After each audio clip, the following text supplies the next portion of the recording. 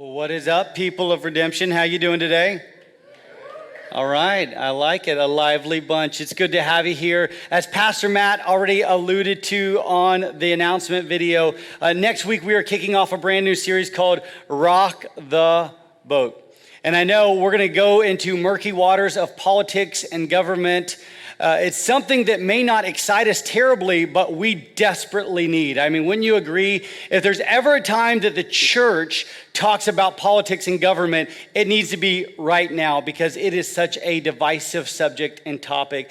I think the church needs to be one of the leading voices during this political season. And so we want to do that starting next week. But this week, we are finishing a series called Canceled.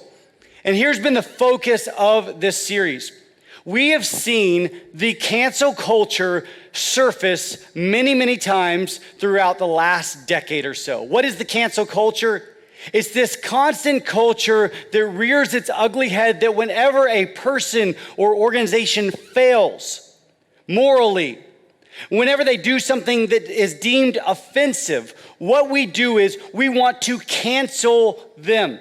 We want to cancel the person. We want to cancel the organization or boycott the organization. And we said as Jesus followers, there has to be a different way. And so we drop stuff on stage just to keep you on your feet. But as we walk through this series, what we do is we are just looking at the words of Jesus about how we view those that fall. Now, I want to start off by telling you a story. A few years back, there was a young lady. She was a 30-year-old executive up in New York. And she didn't have a ton of followers. You've probably never heard of her name, Josephine Seiko. You've probably never heard of her unless you have seen the cancel culture come after her. She was on a trip to Cape Town, South Africa. Again, she was a well-to-do New Yorker. She had made it up the corporate ladder for a very large organization. And she began sending tweets on her journey. And they were observational tweets. So she would see something funny in England and she would tweet about people from England. She tweeted about somebody from Germany. And then on her way to Cape Town, South Africa, she sent her most offensive tweet. And she says this: "Going to Africa, I'm going to get AIDS. Just kidding, I'm white." How offensive is that? How ignorant is that? How racist of a tweet? Now, she only had about 170 followers at the time. So she turned her phone off after the tweet and she fell asleep for the 11-hour leg to Cape Town, South Africa. When she made it there, news had already traveled throughout the entire world. Her tweet went viral. Literally, there were people in the United States that were tracking her flight to Cape Town, South Africa. When she landed, there was somebody there to take her picture, to say she has landed. Of course, she would ultimately lose her high-level job at this New York firm. The people in which that worked in the hotels that she was going to stay at actually said, "We're going to go on strike if she stays here." Culture said, "No, I'm sorry. This is so offensive that what we're going to do is we want you completely canceled. We don't want you to have a career. We don't want you to have a place to lay your head." Again, we've said this throughout this series. Our goal is to look at how we respond to what is offensive. And in no way are we defending her tweet. It is ignorant. It is racist. But how do Christ followers, even in the most horrid of situations, respond to those who have failed? That's been the goal of this series. So today, I want to talk about one of our primary identities as Christ followers. Jesus is going to teach about forgiveness. And he begins teaching this little section of scripture in Matthew 18 with, what do you do when somebody hurts you or offends you? So if you want to learn about how you respond to somebody that has hurt or offended you, go to Matthew 18, verses 15 through 20. Then Peter has a question. He's like, okay, well, you taught us how to deal with somebody that's hurt us, how to deal with somebody that's betrayed us. Well, how many times are we supposed to forgive people? And Jesus' answer is essentially, you always forgive people. He's going to finish this section of teaching about forgiveness with a story. Jesus knew that we learn best through stories, and here is the story. Therefore, the kingdom of heaven may be compared to a king who wished to settle accounts with his servants. When he began to settle, one was brought to him who owed him 10,000 talents. And since he could not pay, his master ordered him to be sold with his wife and children and all that he had, and payment to be made. So the servant fell on his knees, imploring him, "Have patience with me, and I will pay everything." And out of pity for him, the master of that servant released him and forgave him the debt. This is the first part of Jesus' story. Now, whenever Jesus tells stories, you need to be mindful of a couple things. In Jesus' stories, one character represents God and one character represents us. So in this particular story, of course, God is king. So the king, he has to settle some accounts with his servants. And so what he does is he brings one servant forward. Now, the king has every right to settle accounts with his servants. Why? Because he is the king. He is over them. He is superior. So we get a little just insight to God as the created. He is the creator and we are the created. He has every right to call us into account for what we have done. And so he calls his servants forward. One of the servants owes him a great debt. It says 10,000 talents. Essentially, that equates, if you are just a regular day laborer, that equates to 200,000 years of working. Okay, 200,000 years of working. If you're just an average person right now in America, in order to pay the debt, it would take you 200,000 years to pay off your debt. Jesus' point right here is to essentially say, guess what? The account that needed to be settled, it was far beyond the ability or capacity of the servant. And so what happens here? The servant is like, okay, wait, just give me time. If you give me time, I'll be able to figure this thing out. I'll get a side job. I'll start a business. I'll sell stuff on Amazon. Like I'll flip houses. I'll figure it out. I'll find a way to pay you your money. Jesus wants to be very clear. This debt is insurmountable. There's no way, even if he has a side hustle, even if he is selling stuff on Amazon, there is no way that he's ever paying this debt back. Absolutely no way. He's too far in debt.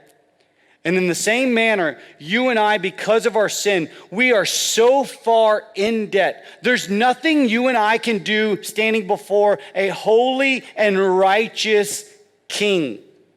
You and I, we can't be moral enough. We can't help enough old ladies across the street to earn our way into heaven. It just doesn't happen like that.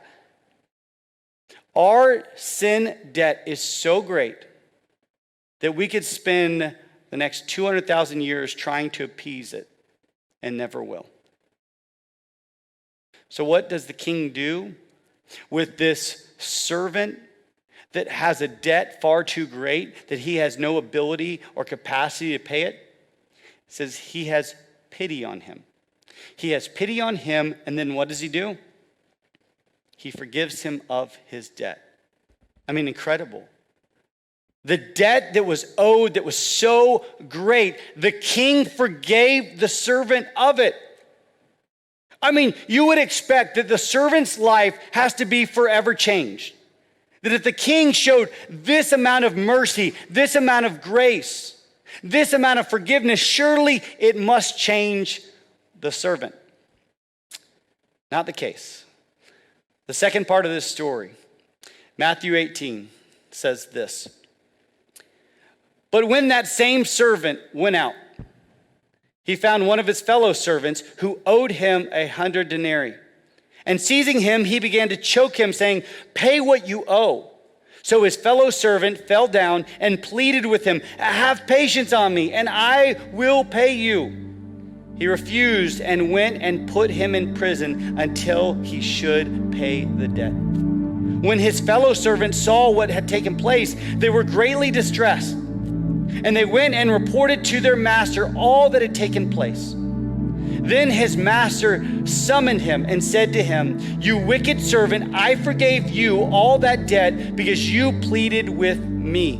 And should not you have had mercy on your fellow servant as I had mercy on you?"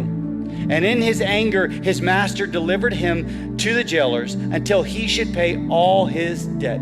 So also my heavenly Father will do to you and every one of you, if you do not forgive your brother from your heart. Wow. You'd expect that the servant would be radically transformed by the king's generosity and grace, and yet he's not. He leaves the king's presence, didn't fully understand or accept the forgiveness offered to him by the king, and he goes out and he finds a servant, a fellow servant that owes him a debt. And he begins to choke him. "You owe me every last penny. Pay it now." He's like, "I can't. I'll work really hard. I'll go on Amazon and start selling stuff. I'll start a side hustle. I'll figure out a way to pay it." He goes, "No. You're going to jail." He sent him to jail. And everybody around is just dumbfounded, right? How could you experience such grace and mercy and not extend that to someone else? So they told the king, "The servant that you had so much mercy on, that you forgave wildly, man, he choked a fellow servant. He had that servant thrown in jail. And by the way, the debt that the fellow servant owed him was 0.0001% of what he owed the king. Minuscule to the debt that had been forgiven. Minuscule. Yet he didn't offer it. Here's the truth. How you relate to others indicates how you relate to God. See, some of you may read this and go, "Okay, so is salvation dependent on if I forgive people?"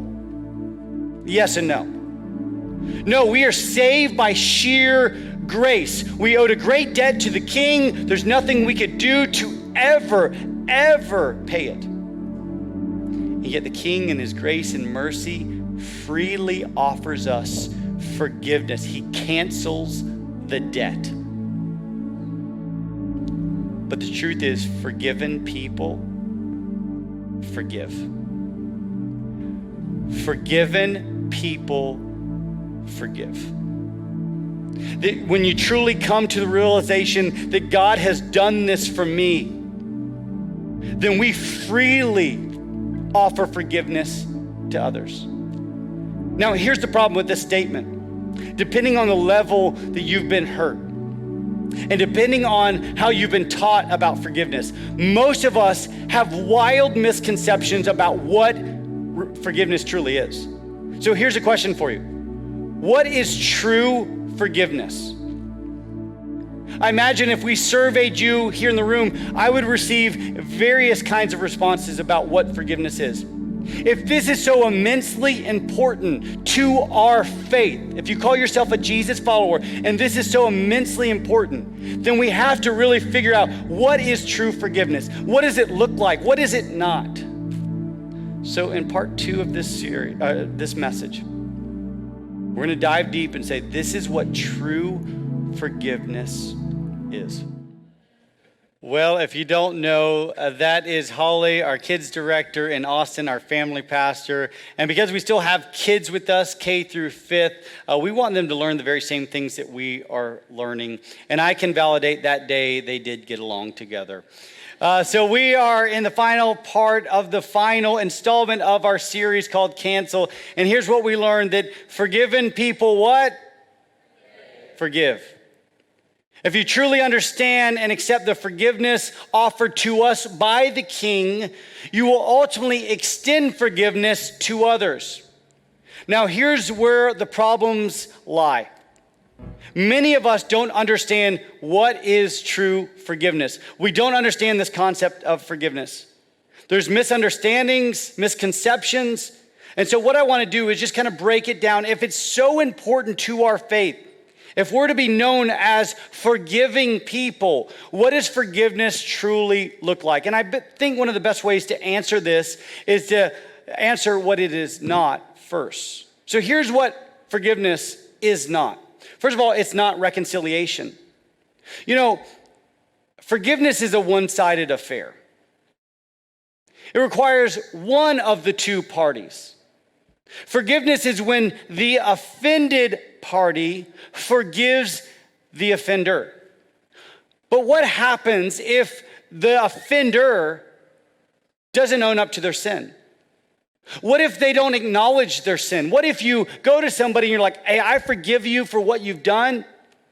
And they go, I didn't really do that. It wasn't that bad. They never truly own up to their sin. Can there be reconciliation? Likely not. See, reconciliation is a two-sided affair. What if the offended party goes to the offender and the offender continues to sin against and hurt the other party? Is reconciliation possible? Likely not. Why? Because reconciliation requires two parties. Forgiveness requires one party. You have to understand this, because there's going to be moments when somebody hurts you deeply and they will never own up to their sin. Or they will continue sinful patterns. And reconciliation is just not on the table, but forgiveness is. Because forgiveness starts with you. See, God offers us forgiveness, correct? He offers us forgiveness because the Father sent his one and only Son down to this earth to live a perfectly sinless life, then to die in our place for our sins on the cross. But it requires a response from us, a response of faith. Two parties are required in this reconciled relationship. So whenever you hear the word forgiveness, please don't hear the word reconciliation. See, forgiveness desires reconciliation, but it doesn't mean it's going to happen. So forgiveness, first and foremost, it's not reconciliation. It's a one-party affair. Second, forgiveness is not allowing yourself to be trampled upon. And you're like, okay, doesn't Jesus teach that if somebody strikes me on the cheek, I'm supposed to offer my other cheek? If somebody steals from me, I'm supposed to give them something else. Jesus, when he is teaching this, he's teaching about retaliation, not putting yourself in harmful, abusive relationships and scenarios.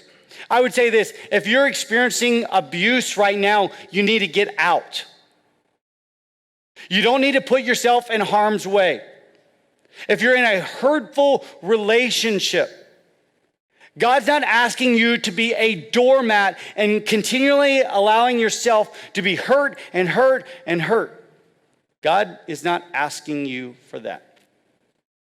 He is saying that I don't want you to retaliate. I don't want you to devise plans and schemes to hurt them back at the same level or more. But he's not asking us to be trampled upon. So when you hear this word forgiveness, don't think doormat. You just got to lay down and just take it. That's not what it means. Third, forgiveness is not trust. This is really important that you understand.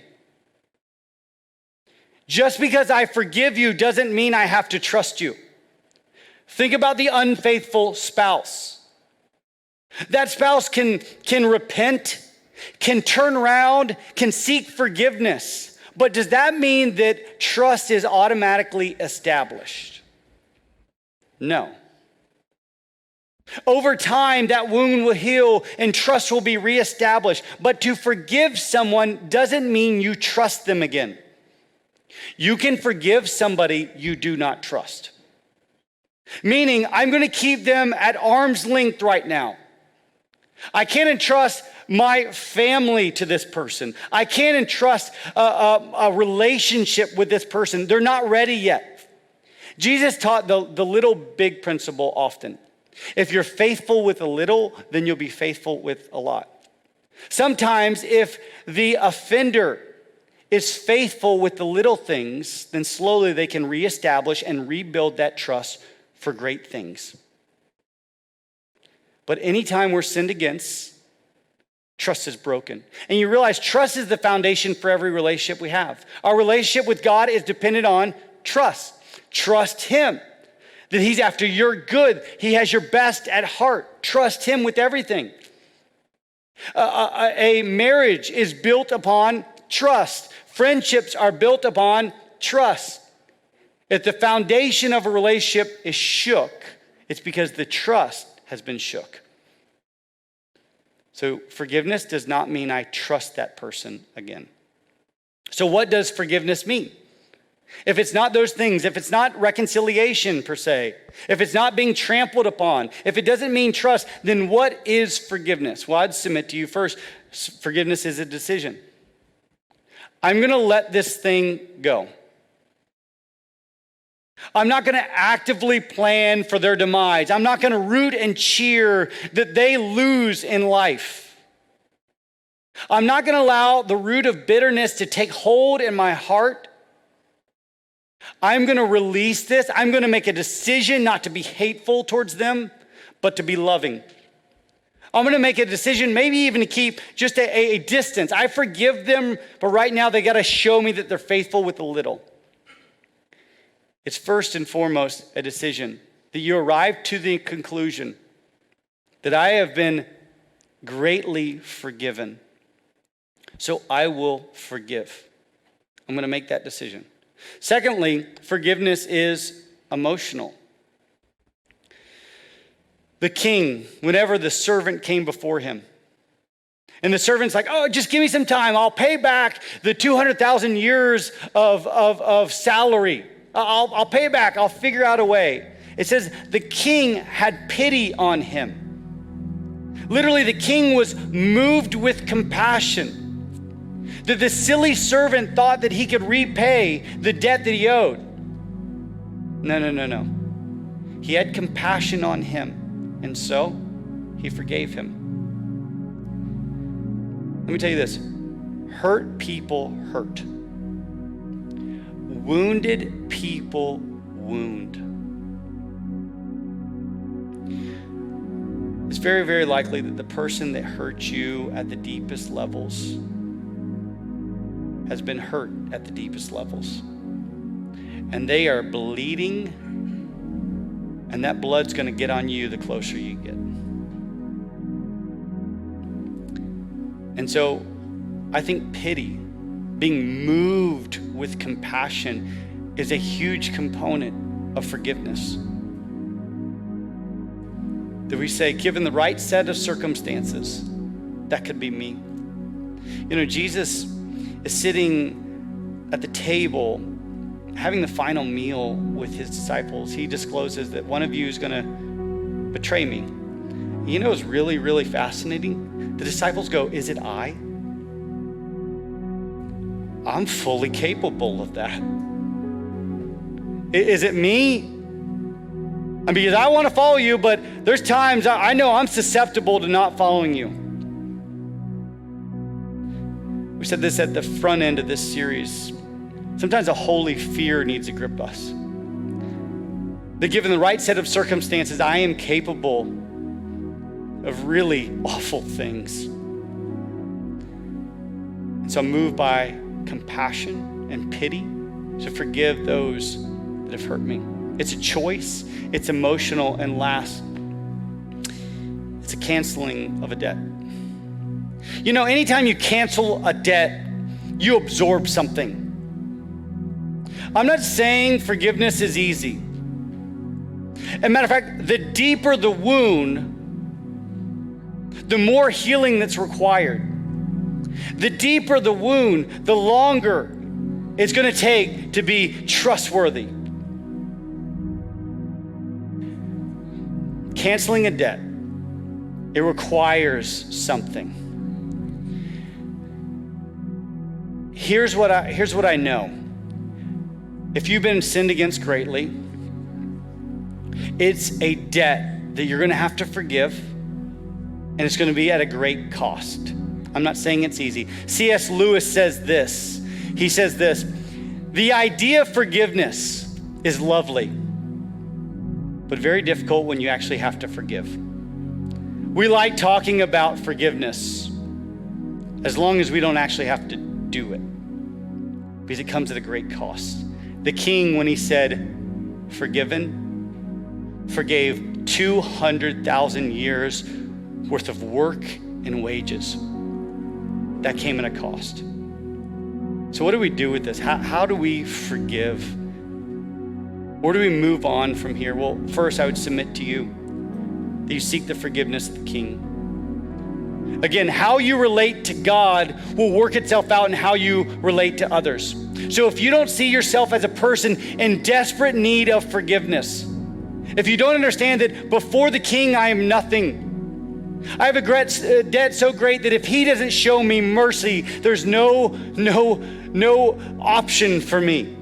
I can't work hard enough to repay this. Then I would say that this is a conversation that you may never get.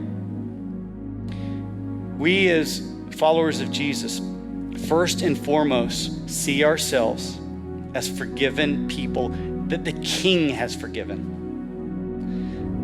Second, we seek forgiveness daily. You may say, wait, when I trust Jesus, doesn't he forgive me of all my past sin, my present sin, and my future sin? 100%. Yes, he does. We are saved by sheer grace. So why in the Lord's Prayer does he say, all right, Father, forgive us as we forgive those who have sinned against us or trespassed against us? There's this need to daily remind ourselves that we're in need of forgiveness. So the next time a person fails morally and becomes a public spectacle, the next time an organization does something offensive, our hearts have been set that we are in desperate need of the King's forgiveness. It's a daily reminder. When your kids sin against you, which they will, do they cease to become your child? No, they're always your child. But some intimacy has been lost. But when they come back to you saying, will you forgive me? When they come back to you and seek forgiveness, that intimacy is restored. That's what praying that daily prayer does. It restores intimacy. And last, seek forgiveness from others. Wait, I thought this was about us forgiving people. That's right. But our primary identity that we have to constantly reinforce is we are people in need of forgiveness. So who have you hurt? Who have you offended? It may be a family member, it may be a coworker, maybe a neighbor, a friend, and years ago you did something, or maybe it's yesterday, you did something. You hurt them. How do you seek forgiveness? Well, I've been trying to teach my kids this. Not just simply going to them saying, I'm sorry. You certainly need to communicate that. But one of the most powerful questions you can ever ask another individual is this: will you forgive me? Who do you need to go to and ask that powerful question? Will you forgive me? I'm putting myself under you. I've hurt you. I've offended you. I'm seeking to reconcile. Will you forgive me?